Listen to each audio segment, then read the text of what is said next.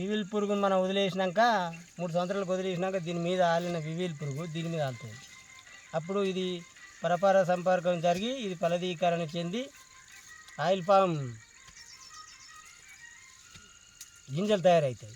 దీని నుంచి ఆయిల్ తయారవుతుంది, పూజ వాడే నూనె తయారవుతుంది, మన పామ్ ఆయిల్ నూనె తయారవుతుంది.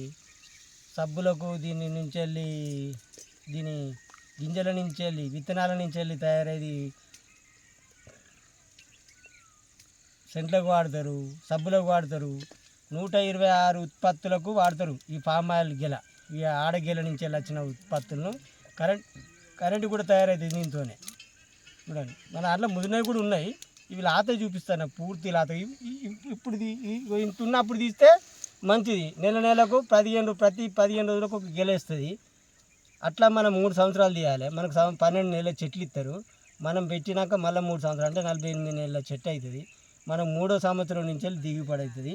4వ సంవత్సరం లైట్గా 1 టన్ను 2 టన్నులు 3 టన్నులు ఒక ఎకరానికి వస్తుంది. 7-8 సంవత్సరం నుంచి వెళ్ళి పూర్తిగా 10 టన్నుల పైన రాబడి వస్తుంది. అంటే 10 టన్నుల పైన ఇప్పుడు ప్రస్తుతానికి 20,050 రూపాయలు టన్ను ఉన్నది పర్ టన్ను. అంటే ఎకరానికి మనం ఒక 6 సంవత్సరాల తర్వాత 10 నుంచి వెళ్ళి 12 టన్నులు వస్తుంది మినిమం గ్యారంటీగా 8 సంవత్సరాల నుంచి వెళ్ళి. అప్పుడు పూర్తిగా 30-35 సంవత్సరాల దాకా పంట రాబడి వస్తూనే ఉంటుంది. కానీ ప్రతి పెట్టిన 3 సంవత్సరాలు మాత్రం మనకు ఎటువంటి ఆదాయం రాదు. అందుకని మన గవర్నమెంట్ 4,200 రూపాయలు ప్రతి ఎకరానికి ఇస్తుంది సంవత్సరానికి. మందులకు 2100 పెట్టుబడి సాయం, అంతర్సేద్యం చేసుకోవడానికి 2100 మందులకు. అవి కాక మనకు దున్నడం కానీ చాలా పెట్టుబడి అవుతుంది. దానికి అంతర పంటలు వేసుకోవచ్చు, పత్తి వేసుకోవచ్చు. ఒక వరి తప్ప పత్తి, మక్క, అరటి, మునగ మొదలైనవి పట్టుకోవచ్చు. నేను 2 సంవత్సరాలు మక్క పెట్టినా కానీ నాకు ప్రతి సంవత్సరం 20-25 చెట్లను ఎలుకలు తిన్నాయి. అందుకే 3వ సంవత్సరం నేను ఏం పెట్టలే, పూర్తిగా వదిలేసిన. దీని మీదనే ఈ వేస్ట్ కంపోస్ట్ జీవామృతం ఇస్తే పండిస్తాను. ప్రకృతి సేద్యం పోదామని చూస్తున్నా. మందులతో వేసే వరకు మనకు పెట్టుబడి ఎక్కువ అవుతుంది.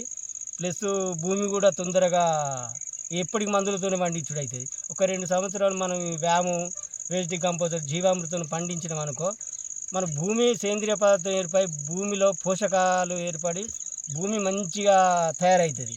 అప్పుడు మనకు 20-30-35 ఏళ్ళ పంట తీసుకుంటాం కాబట్టి మన భూమిని ఆరోగ్యంగా ఉంచాలి.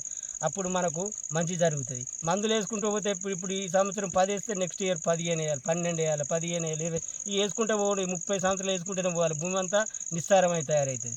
అప్పుడు మనం ఈ ప్రకృతికి పోయినా మనకు కాస్త సెమీ ఆర్గానిక్, ప్రస్తుతానికైనా సెమీ ఆర్గానిక్ పోతున్నా. అప్పుడప్పుడు మందులు వేస్తున్నా. కొద్దిగా లోపాలు ఏర్పడితే మళ్ళీ దీనికి పచ్చి రొట్ట పైరు వేస్తున్నా. భూమిలో జలుగు, జనుము, పిల్లి పెసర, గోధుమలు, సజ్జలు, రాగులు, వడ్లు, అలసందలు, ఆవాలు, ఈ ఆయిల్కి సంబంధించింది మళ్ళీ పచ్చి రోడ్డు సంబంధించి ఒక 20 రకాల జల్లి 2 సంవత్సరాలు దున్నిన. ఈ 3వ సంవత్సరం కూడా చల్లితే మనకేమవుతుంది అంటే అది పూత మీదకి వచ్చేవారు మనం దున్నినాం అనుకో, మొత్తం పడగొట్టి పండబెట్టిస్తే అది అది భూమి మీద వండి అప్పుడు వానపాములు వృద్ధి చెందుతాయి. అవి పడినప్పుడు నీళ్ళు అయితే ఎప్పుడైతే పడిన దాని మీద ఎండిపోయిన దాని మీద ఎండిపోయినప్పుడు దాని మీద ఎప్పుడైతే నీరు పడుతుందో అది మొత్తం కుళ్ళి దీనికి సేంద్రియ పదార్థం అవుతుంది. అప్పుడు మన చెట్లు ఆరోగ్యంగా ఉంటాయి, మన భూమి కూడా ఆరోగ్యంగా ఉంటుంది. ఈ కాన్సెప్ట్తోనే నేను ఫాలో అవుతాను. ఎక్కువ మందు బస్తాలు యూరియా, DAP, పొటాష్ ఎక్కువ ఉపయోగించద్దు అనుకుంటున్నా. ప్రస్తుతానికైతే ఇప్పుడు మనము చెట్లకు నేను ఎక్కువ మందు వేయలే. ఒక 2 సార్లు DAP, యూరియా, పొటాష్ వేసిన అంతే. నేను ఎక్కువ జీవామృతం ఇచ్చిన, వేస్ట్ కంపోజర్ ఇచ్చిన, ఈ పచ్చిరొట్ట పైర్లు పండించి దున్నిచ్చిన.